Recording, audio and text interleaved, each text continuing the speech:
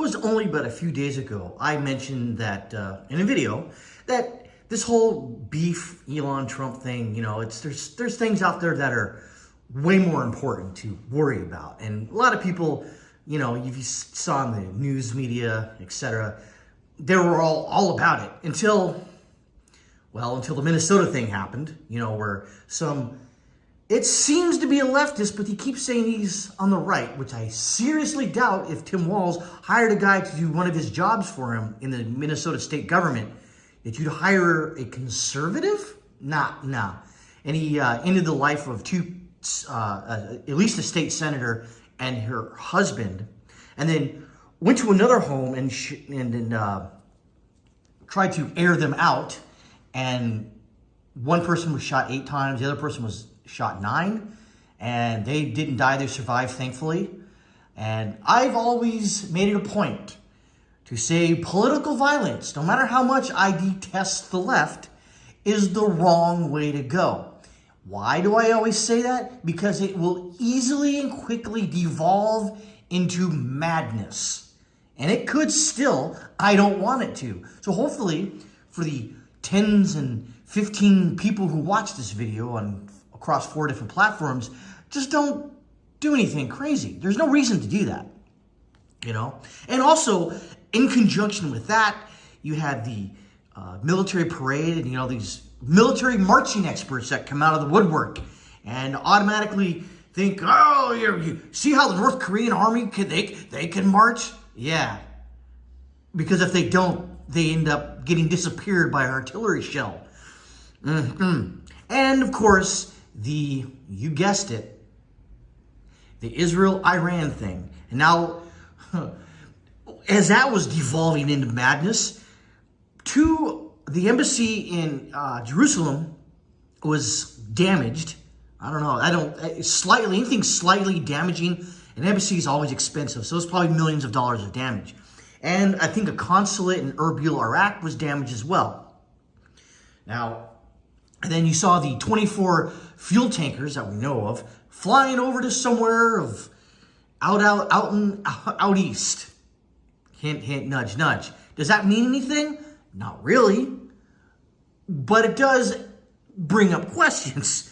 Why are 24 fuel tankers in the middle of a perceivable night flying out east into an active war zone, or even in the general direction of an active war zone? Yeah.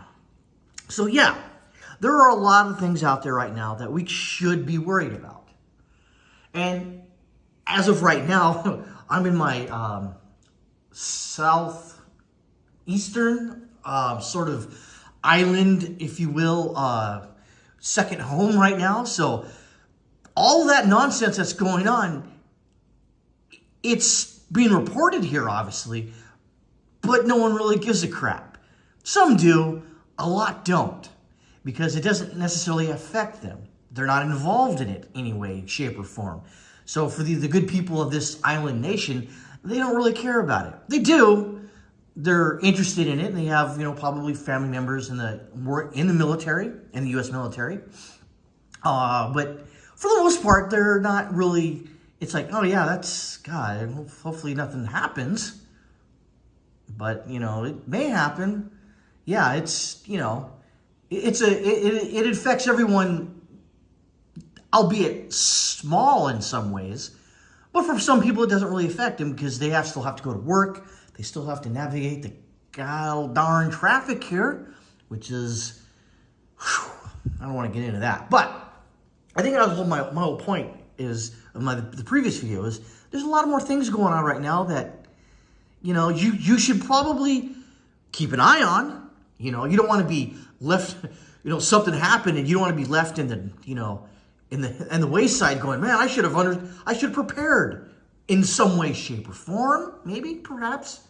Or, just keeping abreast of the news is always a good thing. But don't get down the rabbit hole as some channels right now that are just, and some X accounts, oh my God, like I was alluding to before, the military marching experts, and it's ridiculous. So that everything that's going on right now, I'm not going to belabor the point.